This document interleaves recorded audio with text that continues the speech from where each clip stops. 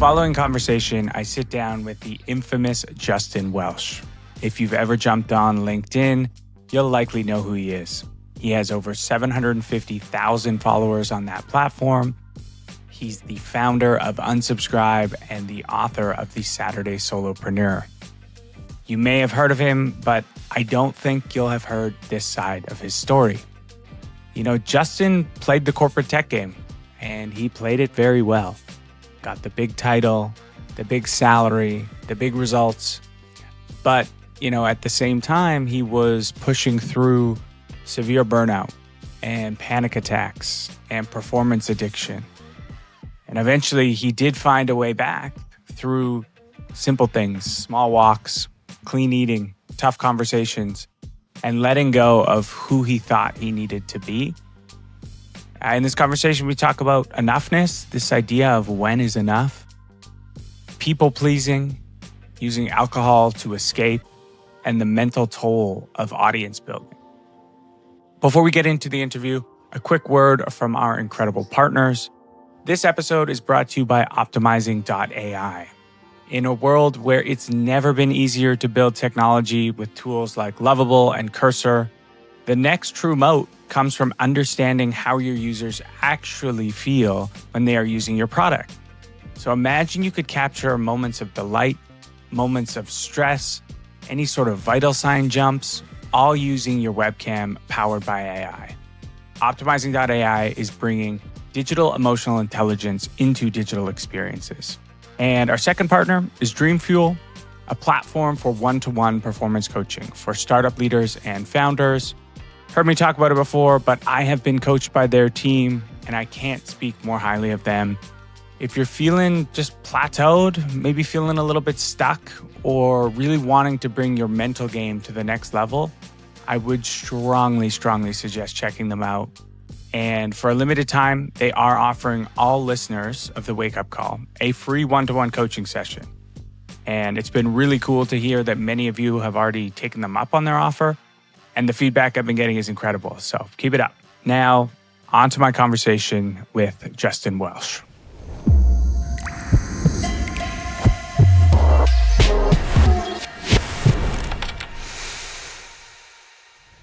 We are live. Welcome back to the Wake Up Call, everyone.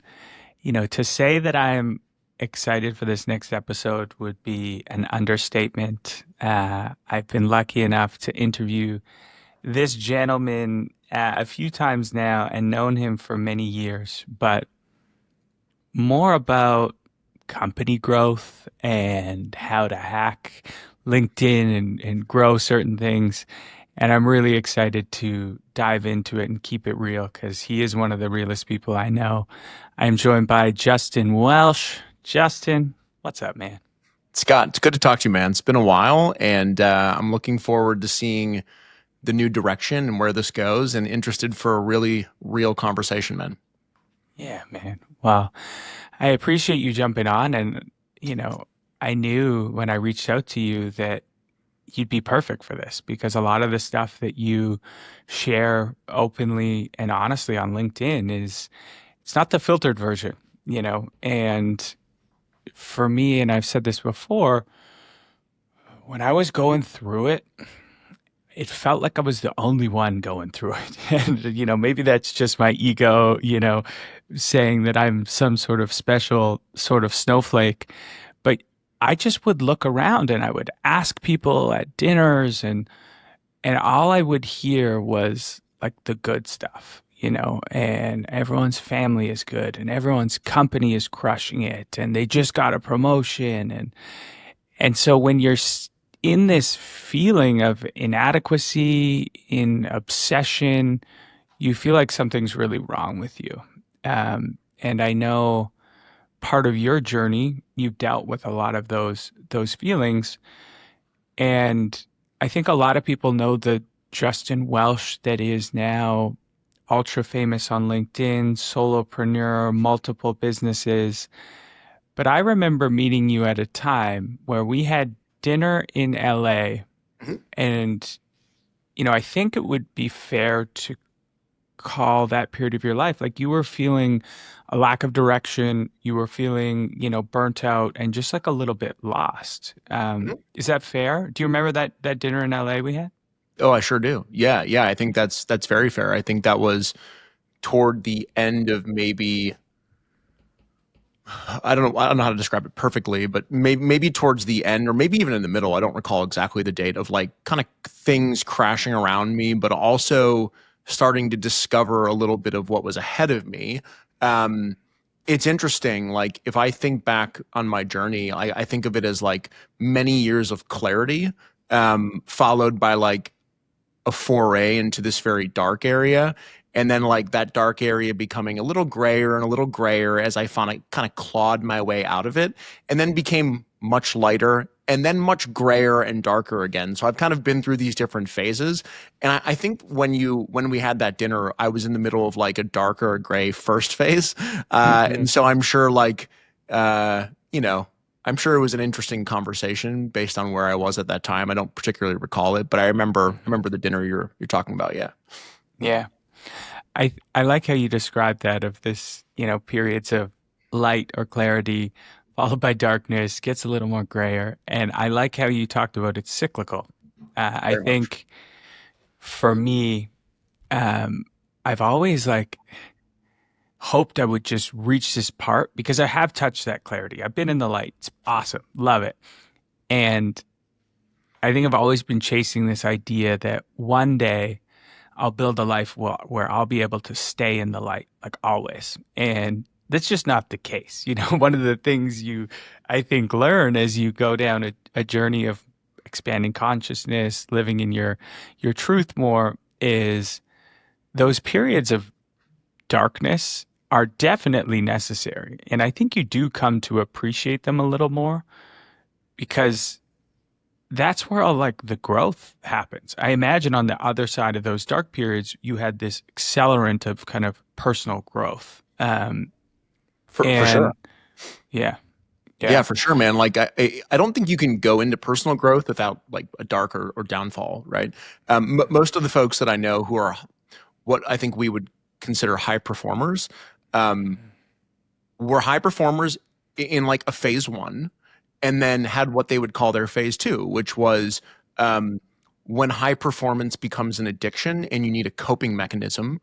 And that coping mechanism often manifests it as drinking, drugs, workaholism, sex addiction, abandoning your relationships, like whatever it is, right? Like there are so many different ways to like cope with that problem. And then like the light, which is on the back end, which is like learning that none of those things solve their problems, and also learning that life isn't lived in phases. So for example, like there's not a future perfect Justin or Scott.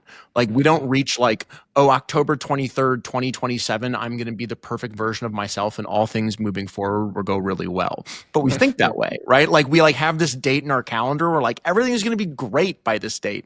And like pretty soon what you find is that that dark period lasts a lot longer than you thought it would. And the date comes and goes and you're like, I'm not a perfect person by that date. And so when I talk to high performers like that, they're just like, they had to go through probably the stuff that you and I have gone through, which is getting over a lot of the coping mechanisms that you have when you're a workaholic. yeah, yeah. Do you want to dive into sort of that first period of darkness for you? Sure. I believe it kind of all culminated in around 2019. You had, this big job, kind of your second big run, another successful tech company. You're running sales for a large organization. And, from the looks of it, just your fabric of reality and how you were viewing the world started breaking down a little bit. Totally. Yeah, and it's a story I'm super happy to tell, which is when I got the job at Patient Pop, which is the company you're referring to, it was a company of 10 people. I was the VP of sales of one person, right? Like it was kind of I was more of a manager of this one person and leading the strategy around sales. And I thought I would be there till it got to 1 or 2 million or something, and then they would hire somebody who was more experienced and much older and in that. But I had this run where it went to a little past 70 million in almost 5 years. And towards the end of that, the way I describe it is it kind of felt like Tetris. And I know that's not like super topical, but when you get to those high levels, the pieces start falling really fast and you cannot get them out of the way, and they just stack and stack and stack, and then you lose. And that's what was happening in my life, right? Which was like at work, all those things were stacking and I could not dig my way out of the things that were going wrong.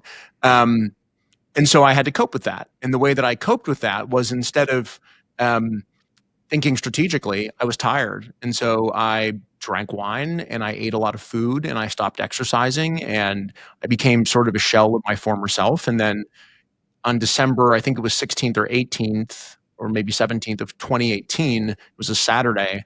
I woke up, felt really shitty because my guess would be I'd had a bottle and a half of wine the night before.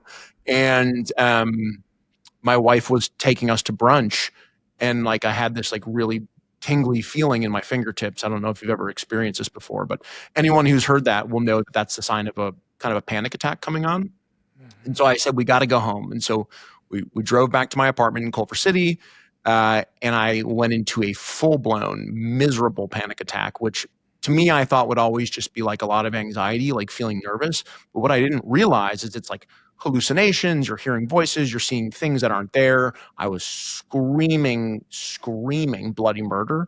And my wife had to call 911, and all these people had to show up and convince me that I wasn't dying. And like, that was it, man. That was sort of my floor, right? Like that's where I hit the floor. And I think I stayed in bed for all that Saturday and all that Sunday on, I think, Xanax or some sort of medication that chilled me out. And the following Monday, I went in and talked to my boss and one of my bosses, the two CEOs, and said, I gotta stop doing this. And so we made a plan, and I worked there for 7 or 8 more months.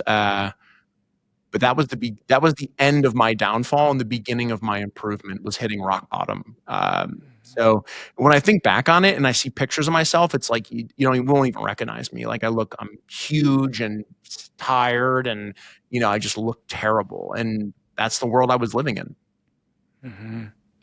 I appreciate you sharing. And if any listeners have had a panic attack, I've had a few myself. They are not fun. And the physical symptoms are crazy too. I think what's interesting in my space, I don't know if this is true for you, I never really suffered from anxiety as a kid that much. So I didn't have any when it came on later in life, because I was pushing myself so hard. I hadn't developed any sort of healthy coping mechanisms. Like I didn't even know what this feeling was. And that's a really weird space to be when you're an adult and you're dealing with like brand new emotions that are completely overwhelming. Yeah, there's no frame of reference, right? Like you're not like, oh, this is anxiety. To this day, like I might find myself thinking about something, and like I'll pay attention all of a sudden. Like I won't be paying attention, but I'll be thinking. I'll be deep in thought, and then I'll recognize I'm just like smashing my teeth together, right? And then I'm just like, oh, this is what I think this is what anxiety feels like, but this is actually so normal that I don't know the difference between normality and anxiety. And I don't really know what it's like to feel like calm or non-anxious, but I never was anxious as a kid. So as the adult version of me is a significantly more anxious version. You and me both. You and me both.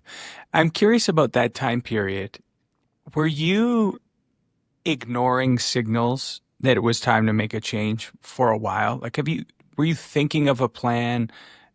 Did you have different things that came up in your life that you're like, fuck, I can't do this for much longer?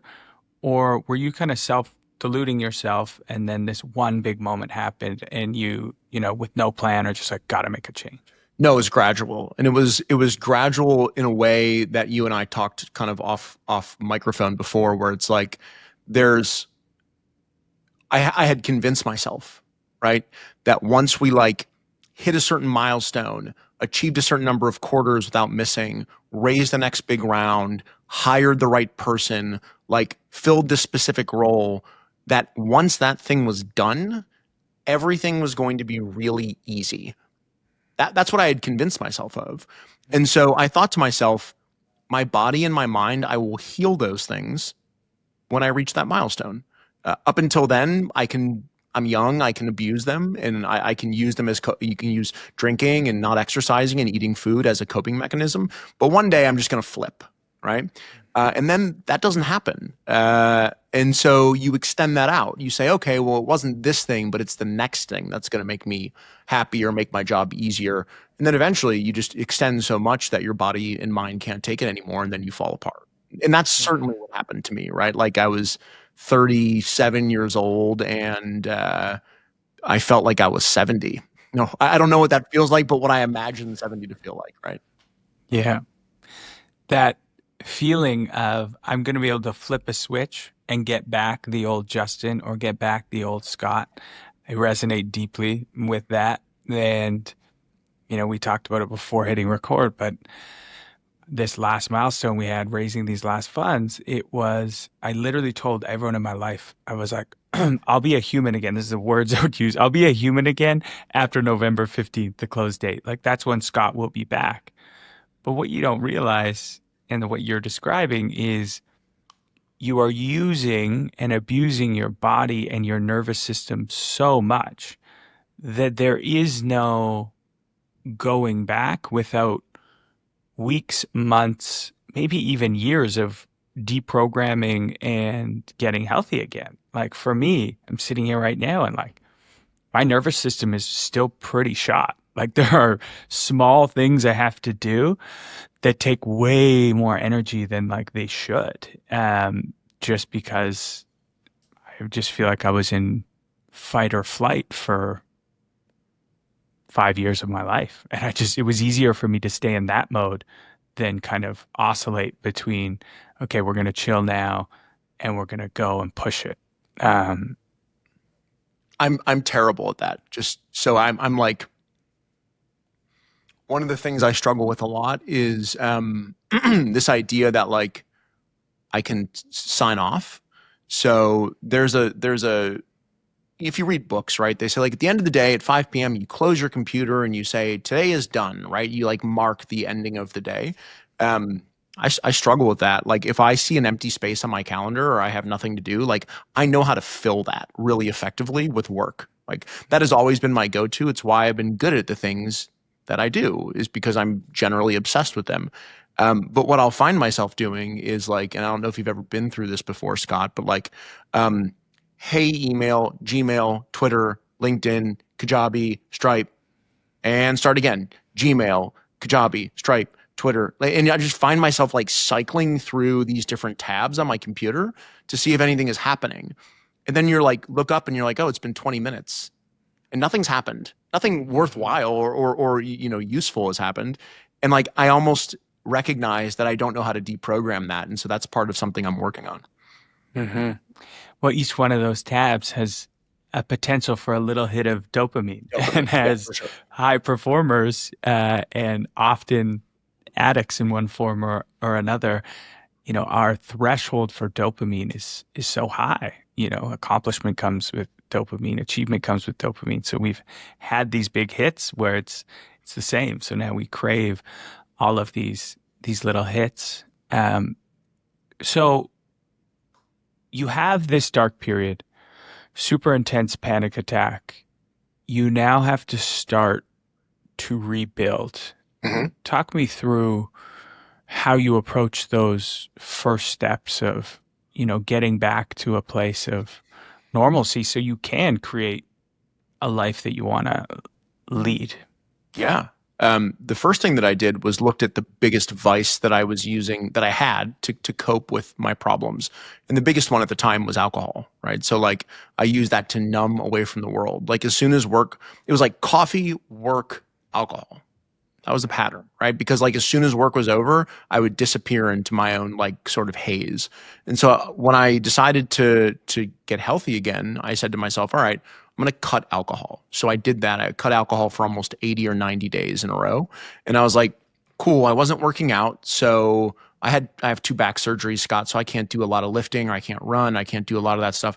So I talked to my wife and, we were living in LA, and I said, what if we just start walking around the block? Lived in totally flat land in the best weather in the United States. Like, let's just walk after breakfast, after lunch, and after dinner. And we started doing like 8 to 10 miles every day. And I was like, not only is this exercise, but this is like no phone, no computer. So there's no dopamine. There's head clearing space. I'm having a conversation. It's time with my partner. Like that was a really great decision that we made. And then the second thing that I did, which was much easier when you're not drinking a bunch of wine and making poor choices, is just started to eat whole and natural foods. And that's what I did for about 90 days. And did it heal everything? Of course not. I lost 40 or 50 pounds. I gained a lot of confidence. And then I quit my job. And that was a huge, that was a big one. And, I pivoted into something not easier. By no means was it easier, but I was more excited by. And so I wasn't burned out by. So healthy weight, healthier mind, more time with my partner, time in the sun, and a new mission. And like those 5 things together made the next sort of, let's call it 2 to 3 years of my life a really bright spot. Mm-hmm. Mm-hmm. I want to, just an aside, I want to commend you and let you know how much I kind of admire from afar your partnership and relationship with your wife. It's really cool to see how you two support each other online. You're both doing your own cool things, but you can tell there's like a genuine, you two are like best friends, which is sure. Pretty cool. Yeah. Pretty cool, man. Yeah, we've been together for a long time. Yeah. I guess I can't let that one slide. It's like the most important decision you make in your life. How do you think you nailed that one? Oh boy. I probably am not the right guy to give like relationship advice because I don't really know. But what happened was we worked together, and when you work together, especially we worked together at ZocDoc, not Patient Pop, the company previous to the last one, and we became really good friends. And Jennifer had a long-term boyfriend, and I had a shorter-term girlfriend before that. But we were friends. We went to brunch together with groups of people. When we did company, she threw all the company events and parties, so she was in charge of office operations. We always hung out together, and when we both split with our previous relationship right about the same time, and she asked me if I'd come into New York for her birthday from Boston, where I was living at the time, and I said yeah, and then we fell in love and got married. Hell yeah. I love it, man. Yeah. I love it. The basis is friendship. I think that is really, really good advice. Thanks, man. Okay. So one of the key insights I can see that you had at this time period is, and you talk about this a lot on LinkedIn, is that attention is the new currency. Mm-hmm. Is that safe to say that was one of the light bulb moments as you're looking to rebuild that for sure sparked you? Yeah, absolutely. Talk me through, what that means to you. Because I do think many listening right now, maybe they have big jobs, high performers. There's a lot of fear around leaving this big life, this big job, because they don't know what to do. And so if you could just talk through a little bit about how you set yourself up very intentionally to be an extremely successful solopreneur. It was not like there wasn't some big grand plan. The hypothesis was simple, was that I was going to leave my job. I knew that August 1st of 2019 was going to be my last day. And so when I walked into 2019, I was like, I've got 8 months. I'm going to be out of a job, right? And I thought, Scott, that I would take a few months off and get another job. That was my intention. And I wasn't in a financial position where it was just like I could stop working for 2 months or 3 months, maybe for 2 or 3, but not for 6, not for 9, not for 12. And who knows how easy it was going to be to get a job. And so my hypothesis was like, the best thing that I could do is share everything I learned over the last 5 years or 10 years, right? Of working at ZocDoc and working at Patient Pop. And I didn't really know how to do that. And I was afraid to do it, especially like on a platform like Twitter at the time, which was like mean and divisive and pretty nasty. And like, I didn't want to be a part of that. So I looked at LinkedIn and I thought, oh, there's only like one guy writing on this. It's Gary Vaynerchuk. Like there seems to be a lot of opportunity here at that time. Or like Gary Vaynerchuk and Kevin Dorsey, right? Like and Scott like, Lees, the three of them. Right. And Kevin would later work with me and, Scott would become Yeah. a good friend, right? But like I was like, oh, this seems safe. So I started writing. I read one book on how to write copy, and then I just started. And I wrote about what I knew. And since there was nobody else writing, I stood out. And a lot of healthcare company CEOs came to me and said, how'd you like to consult for us? And I thought, oh, great. That's a good break in between getting my next job. So I started consulting, and I didn't know how to price it or charge it or, do any of those things, but had a lot of impact. And that was the sort of the beginning of being like, oh, there's a world out here in which when I talk about myself and what I've learned and what I've accomplished, it resonates. Mm-hmm. Mm-hmm. I mean, I think about that all the time. This idea that attention is the new currency, is particularly now with AI. Like I felt that was true before, but now with AI coming into the picture and agents coming into the picture, and the work and the admin tasks and even creativity, like all of these things, if you just play out the tape, are going to eventually be done by AI. So like what are the moats now? The moats, I think, are distribution, it is attention, and then maybe the last one, I love Naval's quote that you can escape competition through authenticity.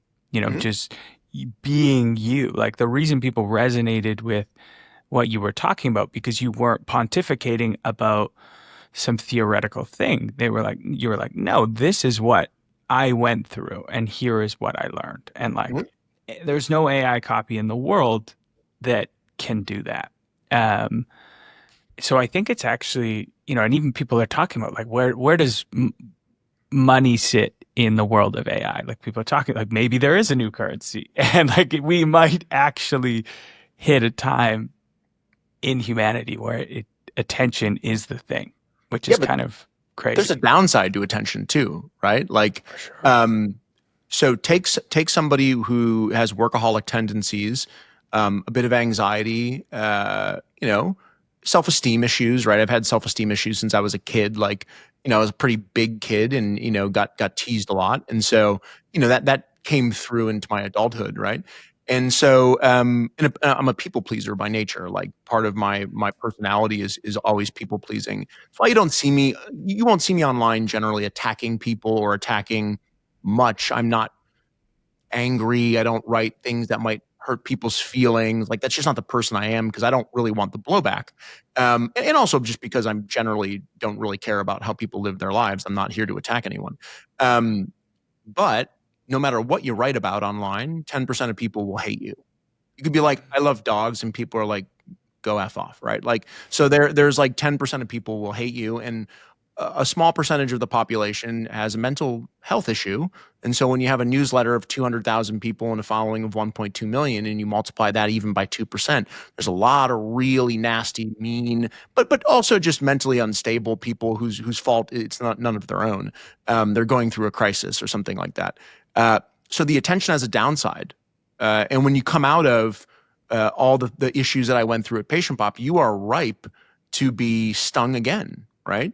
And to get abused online in public. And sure, there's a lot of upside, right? Like there's tremendous upside. But I just think as people think about building an audience or getting attention, that should at least be a small nugget in the back of their mind. I don't use it to say don't do it. I just want to make people aware and set the expectation that there's a mental health component of getting attention as well. Yeah, totally.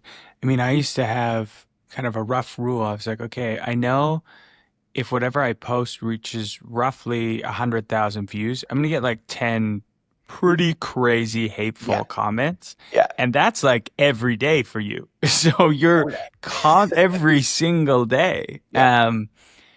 Was that the cause of kind of the second valley or the second period of darkness? it was a sliver of that, right? Like I think that's a small sliver, right? I think there are times like I can recall early in my writing career, I guess, and when I went to Twitter, I think it was late 2021, maybe early 2022. I wrote like a list of 10 people that I enjoyed their content, right? And I didn't nail the diversity, right? Which was an oversight, right? I wasn't like, hey, here's 10 guys whose content I like, right? I think I had 3 women in there, but to the Twitter universe, I didn't do a very good job, right? But it was an oversight, and I was getting crushed online. And meanwhile, it's 11 o'clock at night. My mom's in the emergency room. We think she's dying because she has a terrible reaction to this medicine after hip surgery. And I'm getting crushed on social media. And I was like, this night sucks. I was like, this is the shittiest night of being online. So there was like a lot of times where like it took a really bad situation and then like some person just piled on top of that without knowing kind of what you're going through in the background, which again is why when I'm on social media, I tend not to do that. Because I try to remember that on the other end of the line is someone that is probably going through something pretty painful. But that wasn't the overall thing that drove me. I think the overall thing that drove me was the same thing that happened at Patient Pop, which is my business became way more successful than I ever imagined. And success begets more success, and you become addicted to that success. And as a one-person shop, there's a lot of responsibility. And like I said earlier, when there's empty space in the calendar and you believe you have to keep growing this successful business, you find ways to do that even at the cost of your own health. Yeah. Yeah. Have you made an effort now and said no to more things? Like, where you're at now, like, I know you could push this brand you've built. Like, you could have a team of 50 people, go, go, go. Is there intention behind, okay, here's a number I need to live the life I want to lead. Here's the amount of freedom I want to have. Talk me through, I guess, like guardrails, because Yeah. I hear you. If once you start getting success, the addiction is more everything, more money, more success, more status, more followers, and that is just as addictive as any drug out there. Totally. And if you think about the things I write about this a lot. When is enough enough? Enoughness. Building a life first and a business second. And I think when people read my content, they read it through the lens of me being the expert in those things. But I'm not. I am writing it through the lens of going through it at this exact moment, right? What I write is not, hey, everyone, I've got it all figured out. Some people take it that way. What I'm really doing is playing therapist for myself. Right? I'm writing to myself. I'm reminding myself of what's important when I write. That's what we're doing here right now, by the way. It's just live therapy for me. Yeah. So everything that I write is like me, coaching myself or being a therapist for myself. But to answer your question, I look around at the people I'm surrounded by online, and I'm not going to name any names, right? But you can pick folks out of the lineup who are going to go on to do incredibly big things or have already made hundreds of millions of dollars. I don't want that. Like, do I want the outcome? Sure. If you were like, here's $100 million, would I take it? Yes. Right. Do I want to go on the journey that's required to achieve the milestone? No. What I really want to do is at some point find a way to spend a lot more time off the computer and to get back to doing things with my hands, to being in nature, to being with people. I live up in the mountains, but I would love to spend more time in the city, and having the free time to do that without feeling like there's work to be done, because I keep driving towards those goals, but they're not necessary. Like financially, I don't need the business to grow. It doesn't need to grow. And so I'm wrestling with that, right? Like every day I go on ChatGPT and I'm like, here's our net worth and our financial situation, run 1,000 Monte Carlo simulations and tell me, am I okay? Even though like if you asked anyone, they would be like, you're okay. So I wrestle with this idea of money and enoughness, and all the things that I write about are things I'm wrestling with. I don't know if that made sense, but that's how it came out. It does. Yeah, it makes total sense. And I use writing and interviewing people in the same way. It's never saying, "Hey, this is what you should do." This is what I am trying to figure out. And I think there's a lot of power in that. Before this, I was doing some reading, and there was this quote that I highlighted because I thought you'd like it, and it reminded me of something you wrote about. It's from Thucydides, who's a general, I think 450 AD, and he said, "The secret of happiness is freedom, and the secret of freedom is courage." And you wrote, I think it was earlier this week, that building a business is a radical act of self-love. And it takes a lot of courage to do that. What is your advice to people who are maybe really resonating with this conversation Mhm. and they want to set up a life that has more freedom in it? They're okay with working hard. They got to where they are because they did. Mhm. But they're trying to muster up that courage to build a life of freedom. Yeah, I would say do the one thing that I didn't do in the beginning, which was if you decide you want to build your own business or be a consultant or a coach or sell products or whatever it is that you want to do, I think you need to figure out what type of life you want to lead before you do that thing. So for example, when I started my business, all I knew, Scott, was that I needed to make money. I was leaving my job.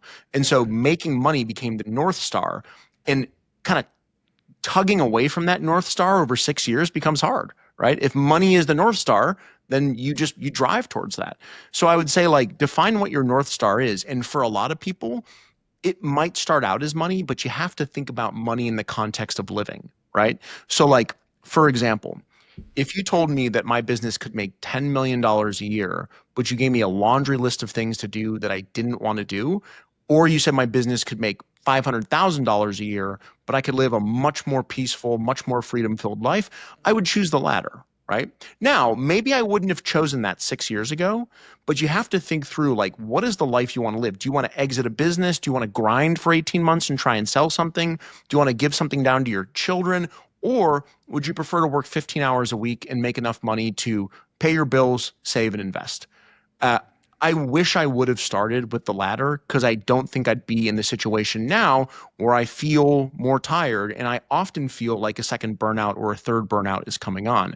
So I would say to somebody, choose your lifestyle first. Once you do that, it allows you to put up guardrails. And guardrails are kind of like Tim Ferriss's old decision matrix in the 4 Hour Work Week, which is like, when someone asks you to do something, you put it through this matrix of like, does it serve me? Does it serve my customers? And you kind of make a decision on what you're going to say yes or no to. Early on, I said yes to everything. And right now, Scott, I'm focused on saying no to almost everything. This podcast being one thing I said yes to and was really excited to say yes to, but I'm rarely doing things like this today. Mm-hmm. Well, I appreciate you saying yes to this one. Of course, And it's always. still something I'm learning is to say no. And it's a tough one. Again, yes becomes a drug because for a lot of us, those yeses were part of our superpower. You know, we just said yes when other people wouldn't early in our career and did the things other people wouldn't do. And again, learning how to get rid of that is tough. And, you know, I'll just tell a quick story to highlight your point on choosing lifestyle force and choosing like the actual makeup of your business and the problem you're solving. Like Yep. for me, when I was very young, dropped out of college, and all I wanted to do was like start a business. So I would get together with, you know, three of my buddies. One ended up being a partner at GTM Fund, and we would just like hash out business ideas, just ones that we thought we could make money, we could sell. And we landed on a laundry subscription service for college kids because we were in college and everyone fucking hated laundry. So we're like, we could sell that for Yeah. sure. And we could. And, you know, we signed up a bunch of college kids. And then all of a sudden, I remember sort of all of us at the same time It's super late on a Saturday night. We're physically doing the laundry ourselves at like midnight. We have to be up at like 6 to go and like drop this all off. And we're like, what just happened? We just spent all this time and money and we turned ourselves into laundrymen. Did anyone want to be Yeah. a laundry delivery man? Like, that's not how I saw my future. Sure, we make more money than a normal delivery driver, but it's really funny that you can like play out the tape. What if you do achieve the thing that you're trying to do? What if you do build that huge fintech company or whatever you want to do? Do you love finances? Like, do you love solving this little minute problem that helps you process credit cards faster? Like, do you love that? Because that will be what you spend 90% of your waking hours thinking about And talking about. Yep. Mm-hmm. Yep. It's a great lens to at least push your decision through. And like, on the topic of saying no to things, which we touched on slightly earlier, one thing that I've learned that has been super, super useful, and I learned this from Pat Walls over at Starter Story, was put together a portfolio of no templates. And so when someone asks me for a podcast or to come to an event or to speak or to pick my brain or whatever the ask is, I have a template library of how to say no. And these have been like carefully crafted where they're polite, they're kind, they're empathetic. They make the person feel good and special. They spell out essentially why I'm saying no, even though I don't owe that to them. I don't owe them that, but I like to make them feel, and understand why I'm saying no. And it's easy, right? They email in, select template, send, select template, send. And it kind of takes the weight and pressure off of the context switching for you suddenly having to give 20 minutes to something you shouldn't give 20 minutes to. And so that has been really, really useful for me over time. I'm stealing that. I'm probably going to write those right after this Great. podcast because I would identify as a people pleaser as well. And it's actually easier for me to say yes in the short term, right? Just be like, yeah, let's do it. And then I'm just basically sewering Scott in the future for Scott in the present. Yeah. And it does take a tremendous amount of, energy and context to go try and be thoughtful.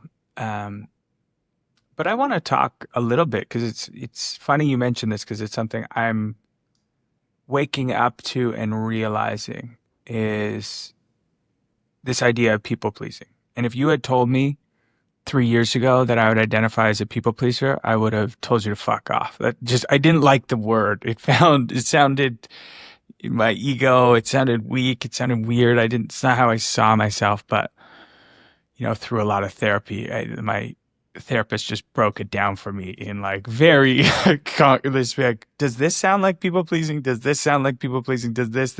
And then I'm like, oh my God, my whole life is spent people pleasing.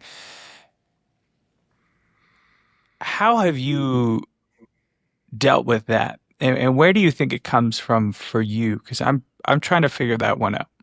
Yeah, it's a great question. I don't know, but here's my hypothesis. I'm from the Midwest. I'm from Ohio, and we're not a blunt or direct area of the country. We're generally like, hey neighbor, like my parents would come to visit me in New York City and they'd walk down the street and every single person they walk by, they're like, hello, good morning. How are you? Good morning. Good morning. Good morning. And people are like, in Times Square, like, just hello. Crazy. My parents are so Ohio, right? So like so Midwest and they're like just saying good morning to everybody.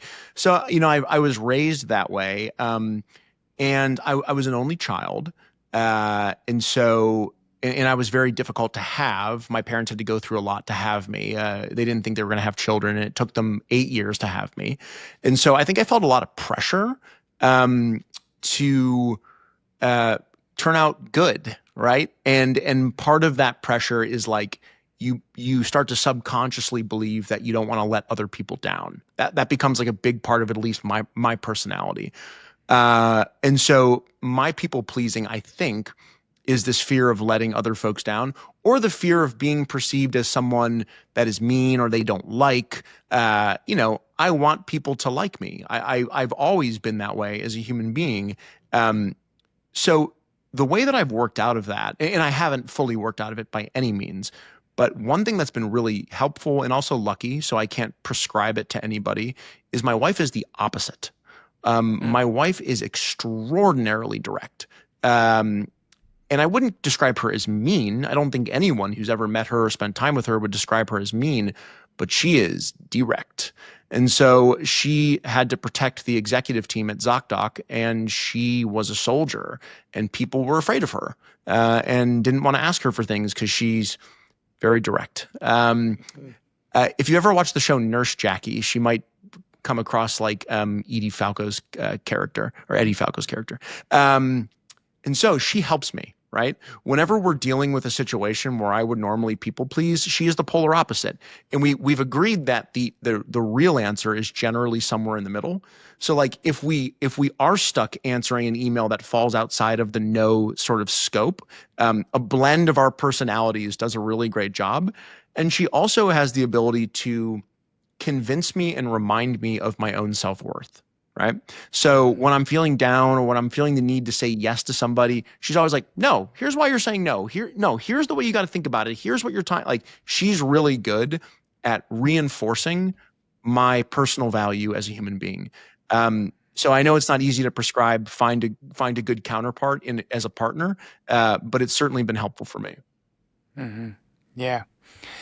In those moments that you, let's say, can't lean on your partner, and it can be people pleasing, or it can just be, you're just having a shit day and you are not feeling like yourself. Do you have things that you fall back on, practices, modalities, ways of thinking that can help you wake up when you're in those down periods? Yeah, I have two things.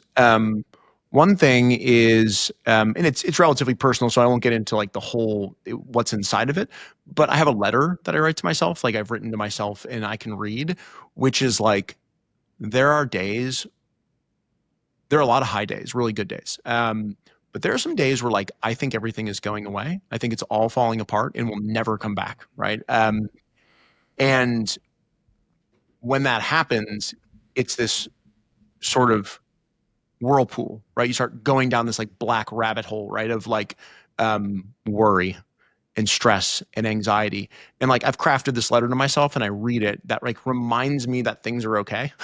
That even if everything fell apart, like things would be fine. And so I'll generally read that letter. But I kind of, I don't know if you've ever had this, but like I almost black out when I get into situations like that, where like I start worrying and panicking and convincing myself, and then like an hour's gone by and I won't even notice the time. So I read the letter and then generally I go for a walk. The best thing for me is I go for a walk because I'll walk for about an hour to an hour and a half. And over time, those thoughts will clear like clouds moving out of my head. And by the time I get back to my house, I'm like fully in it and ready to be like, that was okay. I'll do it on the treadmill. I'll do it outside. Anytime I can walk, it's my most therapeutic sort of medicine that I can use. Mm-hmm. I really like that exercise. It's like, it's simple. It's one everyone can adopt. Just sit down, take the time to write yourself a letter. Were you in a dark place when you wrote that letter, and it was kind of like, hey, here's how bad it can get, kind of thing? Or was this from a place of like love, like Yeah. yeah, Place of love. Yeah, like I can't actually like I can't actually function when I'm in a like one of these down. I couldn't even like I wouldn't even be able to write or do yeah. anything for that matter. I'm like super non-functional when I get into these sort of down moods.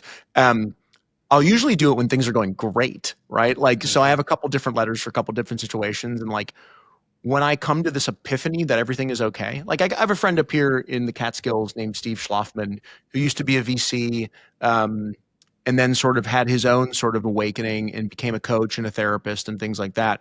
And we were sitting at dinner one night, and he said something that's always resonated with me, which he was like, that we're both going to be okay, right? He's like, we're smart, we're hardworking, like we're valuable. We've been in big businesses before, like, and I'm paraphrasing. This might not have been exactly what he said, so I don't want to attach this to his name exactly, but it's like, we're going to be okay, right? Like, nothing is like, everything's gonna be great. And I was like, yeah, I feel that. I feel that. And so I think that night I went home and like wrote this letter to myself entitled like, everything is going to be okay. You know that, right? So I'll write them like after small, simple epiphanies. You know, my wife did this financial exercise for us once and came down and said, look at how things should go. And like I wrote one after that where I was like, oh, this is like how you should think about money and finances. And so just little moments where I feel up. Yeah. It's a beautiful practice, man. I'm stealing a couple things from this podcast, man. I'm gonna do that. And I like the idea that it's not just general. Like we all have worries about finances. We all have worries that we're not enough, that we're gonna lose everything. Isn't it funny? And you talked about blacking out.